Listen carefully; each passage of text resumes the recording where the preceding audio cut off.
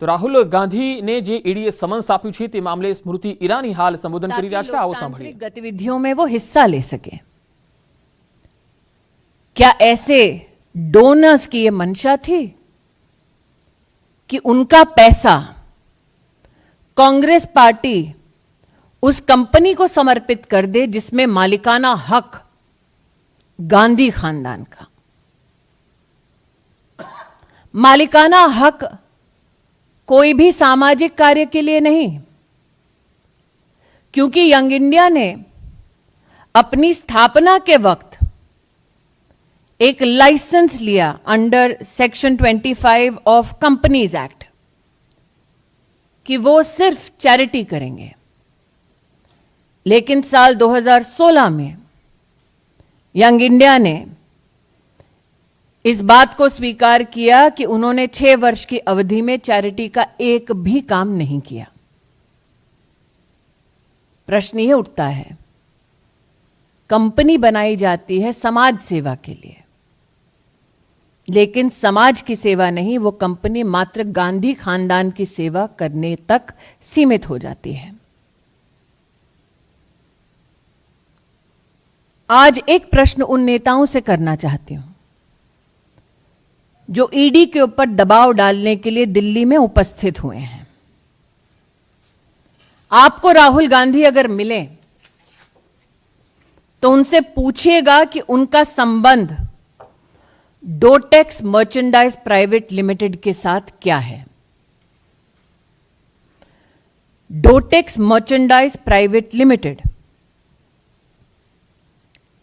हवाला entry operator Kolkata से संबंधित है, जो कैश के बदले चेक देती है, जिसकी ट्रांजैक्शंस पर फाइनेंशियल इंटेलिजेंस यूनिट का रेड फ्लैग है.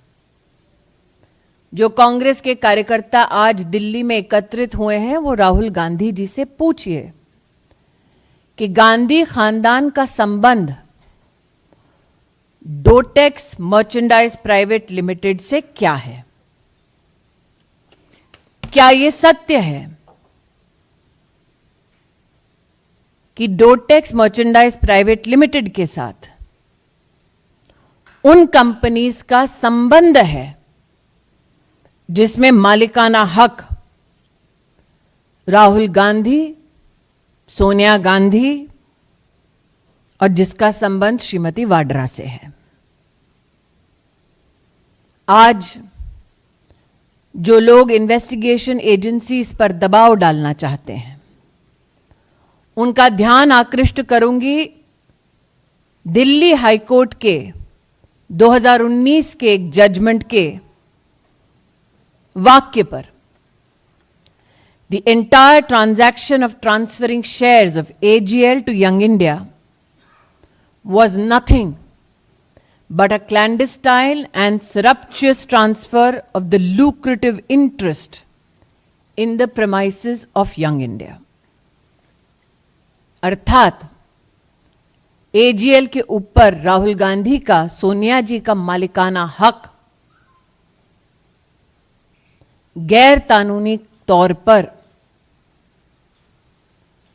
संपत्ति पर अधिकार जमाने का एक प्रयास है. इसलिए आज जो गतिरोध कांग्रेस के नेता और कार्यकर्ता राहुल गांधी के बुलावे पर कर रहे हैं, मैं देश को बतलाना चाहूंगी कि यह लोकतंत्र को बचाने का प्रयास नहीं है, गांधी खानदान की 2000 करोड़ की संपत्ति को बचाने का प्रयास है. Ladies and gentlemen, at the clarion call of the Gandhi family, leaders and workers of the Congress party have descended onto the streets of the national capital to pressurize investigating agencies. A gentleman who is out on bail seeks to pressurize an investigating agency which seeks to unravel the corruption of the Gandhi family. Never before has such a blatant attempt been made by one political family to hold investigative agencies to ransom. Never before has a political family been so desirous of protecting their ill-gotten gains